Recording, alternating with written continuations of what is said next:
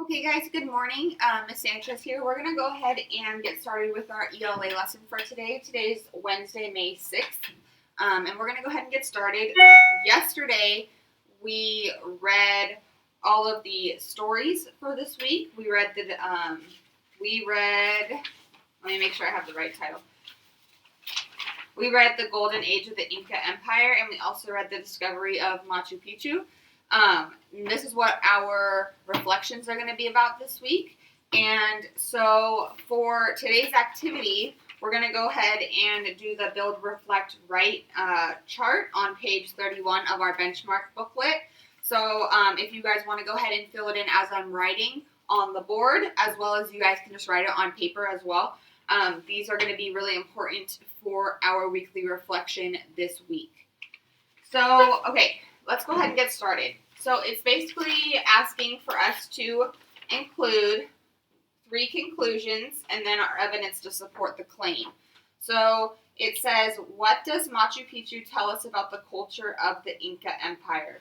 And then I want to also do, because our reflection is, why was the Inca Empire so successful? So we're going to really focus on that. So we're going to say, why was the Inca Empire so successful?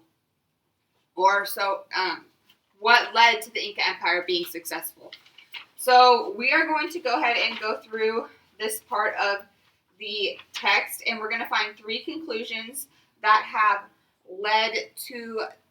help us conclude that the Inca Empire was very successful. So if we go ahead and start at the beginning, let's go ahead and look through, and let's see if we can find 3 key points or 3 key conclusions that have led us to the conclusion that the Inca Empire was successful. So I'm thinking we can do something with art, because they had all of those really good gold statues. So let's see. We can say, let's say conclusion, and I'm going to put in parentheses art, because we're saying that was a big achievement that led to the Inca Empire being successful, to leaving a lasting impact on society today. And we can say, let's say golden statues.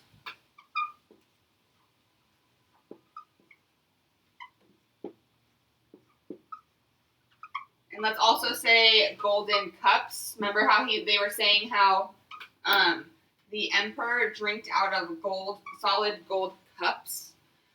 What else do we have? Silver llamas, because remember they were saying how they were the first to domesticate llamas and alpacas. So that was also obviously a very crucial portion of their society. Llamas held very good value and strong. They were very important to the success of the Inca Empire. So is there any more things that we can include for our art aspects? So, and they also used mining techniques. So I'm going to say mining techniques, because this was very important that they included the technology to mine for these precious metals, which they made these statues out of. So it's really important to see this sort of aspect of this, how they acquired these materials. So what can we say that backs up the evidence to support the fact that their art was such high standards that allowed for them to be successful? So we can say not remains, we can say the artifacts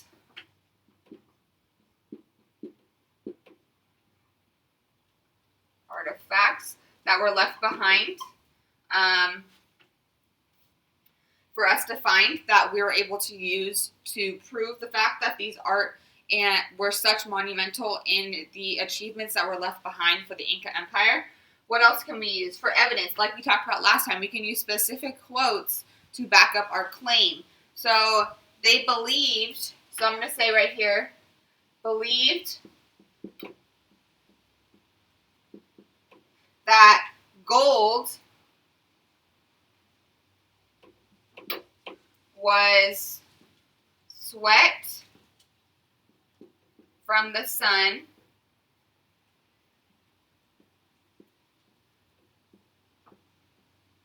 and silver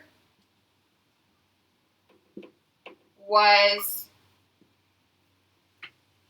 tiers of the moon.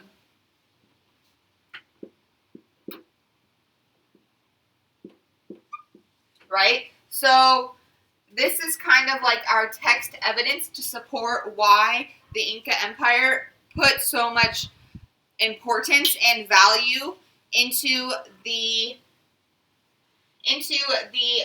use of these precious metals to support their building of their artifacts, right? So this is kind of like our background source information and evidence to support our claim that art led to a huge reason why the Inca Empire was so successful. So we can use this text evidence as support to our claim, right? So if we're going through here, we can say architecture, right? I'm going through here and I'm just looking up different successes that the Inca Empire achieved during their time of rule to support our claim. And I'm going to write our claim right here. Why was the Inca Empire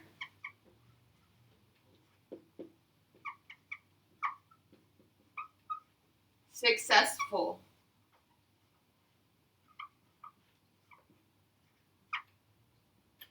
Okay, so this is our claim.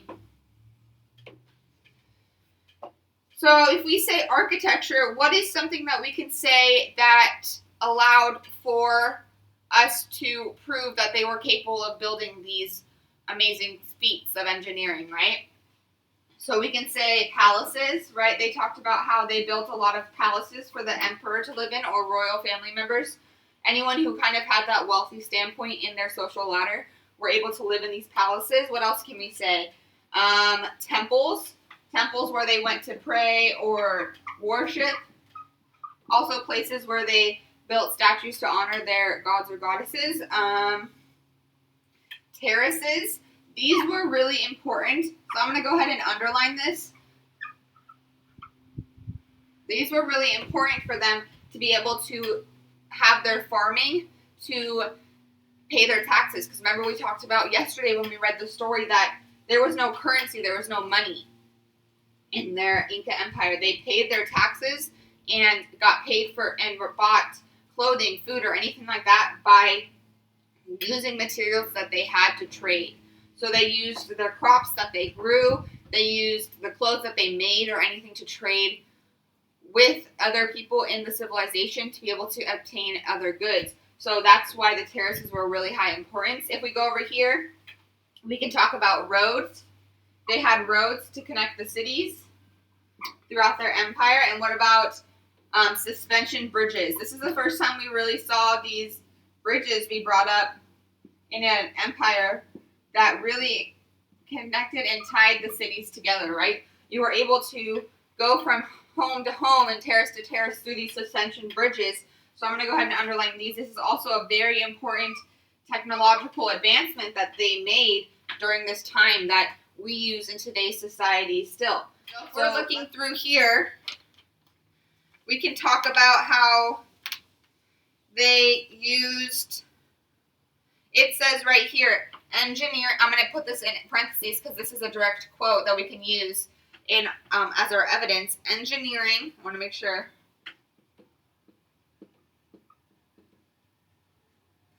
Engineering feats being skills,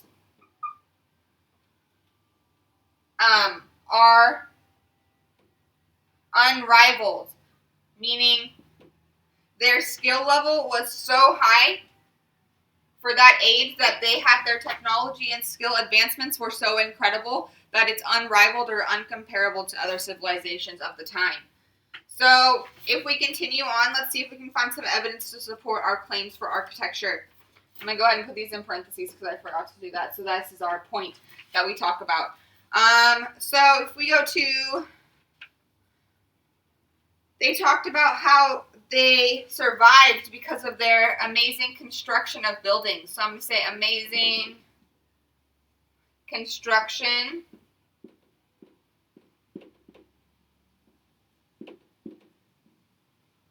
of buildings.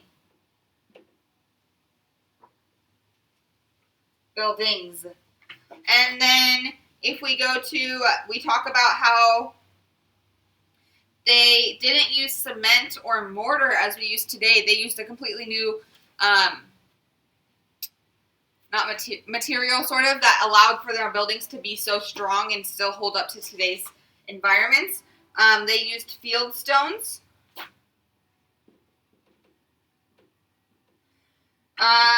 We can also talk about how they were able to use stone cutters. So they cut the stones to perfectly fit like a piece of a puzzle, which was such an amazing achievement during that time period that none of the other civilizations had used, which really showed the amazing achievements that the Inca Empire was able to achieve during this period of time. So we can say stone cutters. This allowed them not to even have to use a medium such as cement or mud or anything like that to put the stones together. They cut them so precisely that they fit like a piece of a puzzle. Like they said earlier, you couldn't even put a knife blade through the pieces of the stone. That's how rock solid it was, and that's how the buildings and the civilization of Machu Picchu, all of these things are still standing together because of this rock solid construction. So we need to come up with one more conclusion to back up our claim of why the Inca Empire was successful. So if we're looking through these points in our booklet, and I'm going through here, what else can we use? Okay, we can talk about how we said irrigation canals. So I'm going to put architecture here, right? Because this is kind of like architecture, and I'm also going to put /farming.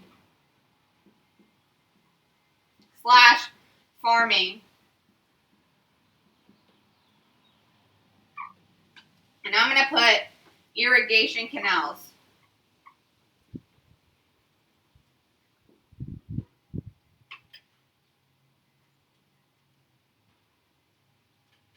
Okay, so this is a really important achievement that allowed for the Inca Empire to be able to provide fresh water flow to these terraces that we talked about, as they used the crops that grew on these terraces as their currency and their way of providing income for the families. Because like I said, there was no currency, right? There was no individual money that they used to pay for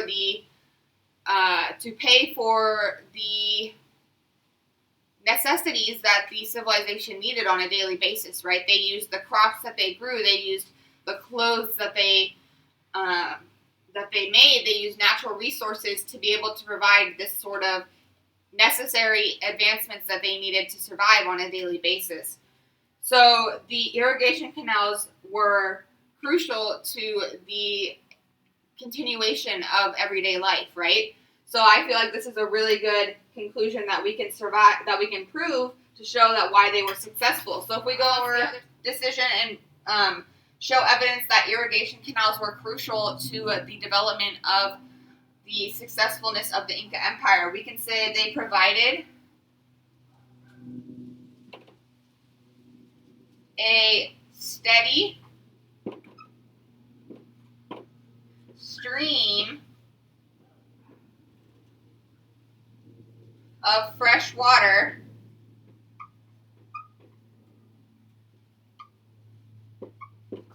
to terraces and inside the home. If they needed fresh water for making food or anything like that, they provided a way to get the fresh water from the natural placement of the water and to be able to provide that fresh water to the citizens of the world, to provide fresh water to the citizens of the Inca Empire. So this was very important for them to be able to afford things and be able to fund their currency. So I'm going to say fund, I'm going to underline fund because that's important, their currency, right? It was crucial for them to be able to fund the ability for them to afford this lifestyle that they were living and being able to use the natural resources that were around their civilization to be able to function in society. So now that we finished our chart, it's really important for you guys. You can save this evidence that we put out together and use it in your reflection, or if you want to go ahead and find your own conclusions and evidence, that's more than welcome to. You don't have to use these 3 conclusions that we found together. You can use other ones if you find that is more fitting to what you're trying to prove. So for today's weekly reflection, or for this week's weekly reflection, you guys are going to be writing an argument reflection. So argument reflection, meaning I need you guys to try to prove something. So when I read it, I want to know without a benefit of the doubt, after reading all of your claims and evidence, that this is what you're proving. You need to make sure that you are stating a point and this is what you're going to prove, right? So my conclusion is, I'm saying that the irrigation canals was crucial to the Incan Empire being successful. I need to go ahead and use that reflection to prove what I find to be successful. And the more conclusions that you use, the stronger your reflection will be. There is not going to be a limit. You can use 1, or you can use 3, or you can use 4, or you can use 5, but you have to at least include 1 conclusion to prove that the Incan Empire was successful. But again, remember, the reflection has to be 3 paragraphs long. That's 15 sentences, right? So you have to, I would suggest using 1 conclusion per paragraph. So if you're using, if it's a 3-paragraph reflection, you need to have at least 3 conclusions. That's my suggestion. That would be my top suggestion for you when you're writing your reflection this week.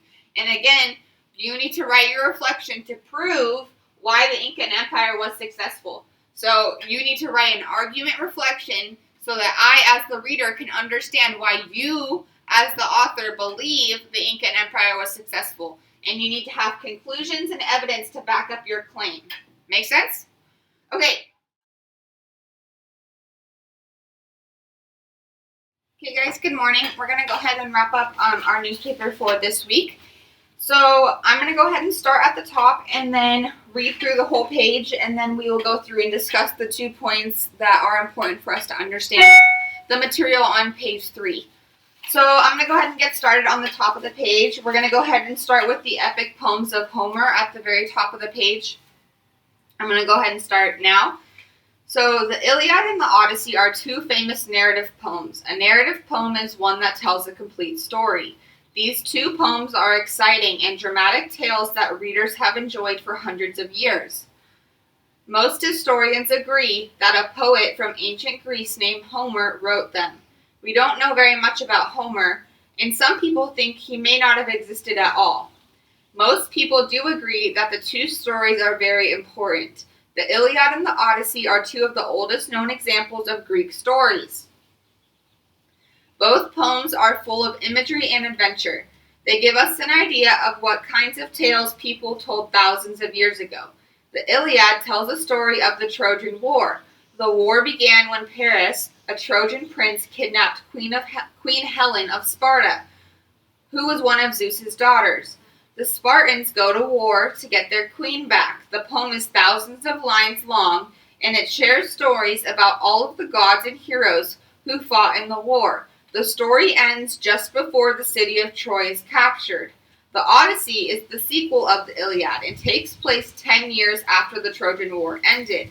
The poem tells the story of Odysseus, who is trying to return to his family after fighting. Unfortunately, he faces many challenges that keep him away from home. Some of these challenges are fighting a Cyclops, battling a sea monster, and being stranded on an island for 7 years.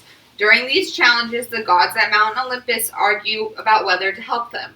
When Odysseus finally gets home, he finds more challenges waiting for him. Both stories are full of great characters and adventures that are still told today. Going to go ahead and flip to the bottom of the language arts connection. We're going to be talking about Aesop the Fabulist. Aesop is known for being a wonderful storyteller. He told meaningful, entertaining fables that people have enjoyed for hundreds of years. The fable is a short story with a lesson or moral. Sadly, we do not know much about the storyteller who lived about 2,600 years ago. According to the historian Herodotus, Aesop was a slave who worked as a fabulist to earn his freedom. A fabulist is someone who writes or tells stories. Aesop's fables included talking animals as main characters. At the time, animals were thought to be a lower form of life. Animals were used for food or to do work. That meant Aesop could use them as characters without making anyone upset. While most of his characters are clever, smart, and reliable, they almost always have major weakness, like arrogance, ignorance, or foolishness. The stories are short, entertaining, and have a lesson for the reader. Aesop fables are still popular today. Plato and Aristotle have both mentioned Aesop in their writings, and it was Socrates who wrote down Aesop's stories. Even though three of Greece's most famous thinkers wrote about Aesop, some experts think he may have never existed at all. They also don't think that if Aesop was real, it's more likely he just collected the fables rather than wrote them. Those experts think that Greeks made Aesop up and used his stories as a way to teach people how we should behave. Aesop's fables always have a lesson to teach. Their stories are so good, people still learn from them today. So this page is kind of short. It just has those two stories that kind of tie up the end of the newspaper. So I kind of only have 2 points for us to discuss today that kind of really bring importance to the page 3, and then I'll talk about your assignments for this week. So we should get through pretty quickly. Okay, so starting at narrative poem is one tells a story. Tells a story. So it tells a complete story. And we know that a story has 3 parts, right? So 1 being beginning, 2 being middle,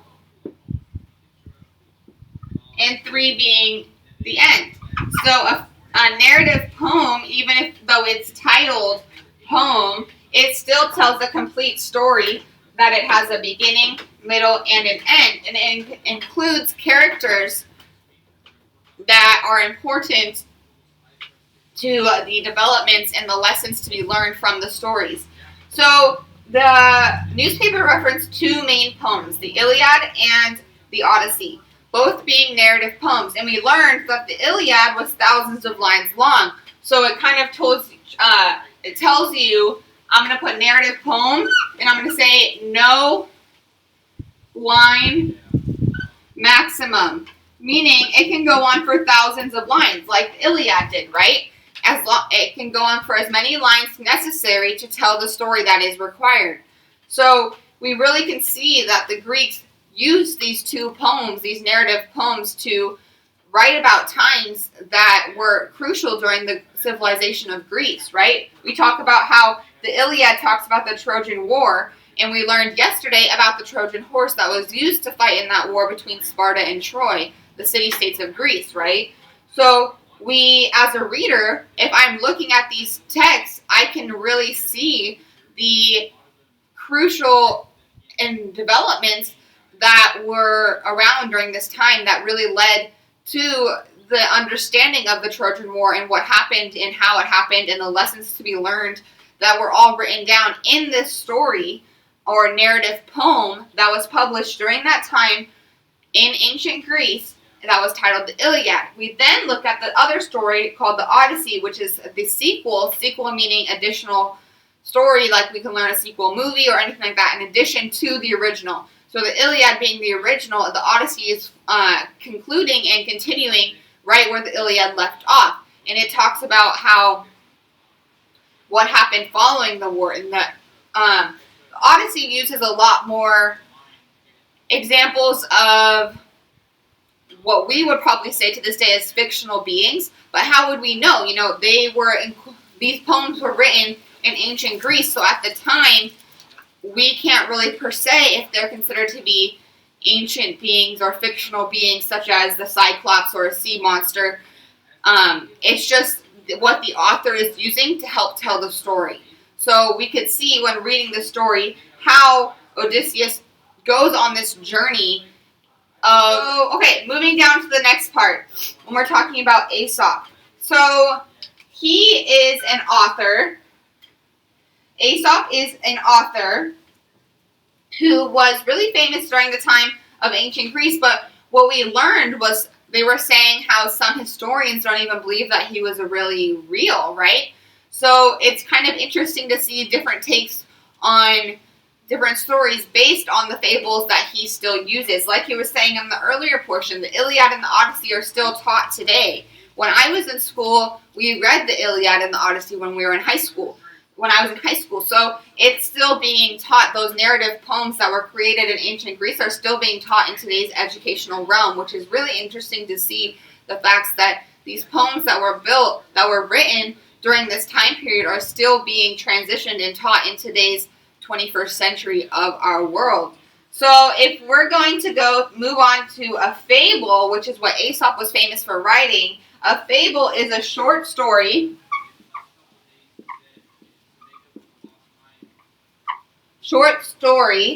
with a lesson or moral.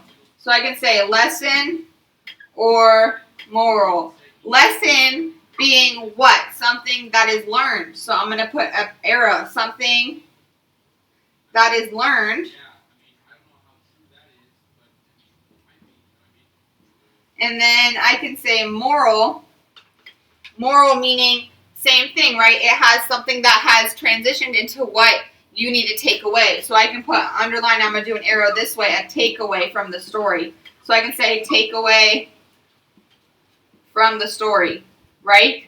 These are different things that the author wants us to take away and understand and learn from reading the story. All of these portions and parts are crucial for the creation of a fable. You can't have a fable without these portions. You can't have a narrative story without a narrative poem without a complete story, right? So it talks about how these two forms of literature that were used during ancient Greece, being a narrative poem and a fable, are crucial to, let me move this over, are crucial to the understanding of the literature that was used during ancient Greece and that we still use in today's society. So, that go ahead and wraps up this week's newspaper. For this week's social studies assignments, remember you have, for this week's social studies assignments, remember you have the daily warm-ups, and you will also have the think and review questions, let's write, which is one assignment, and then you will also have the week 22 assessment from Studies Weekly.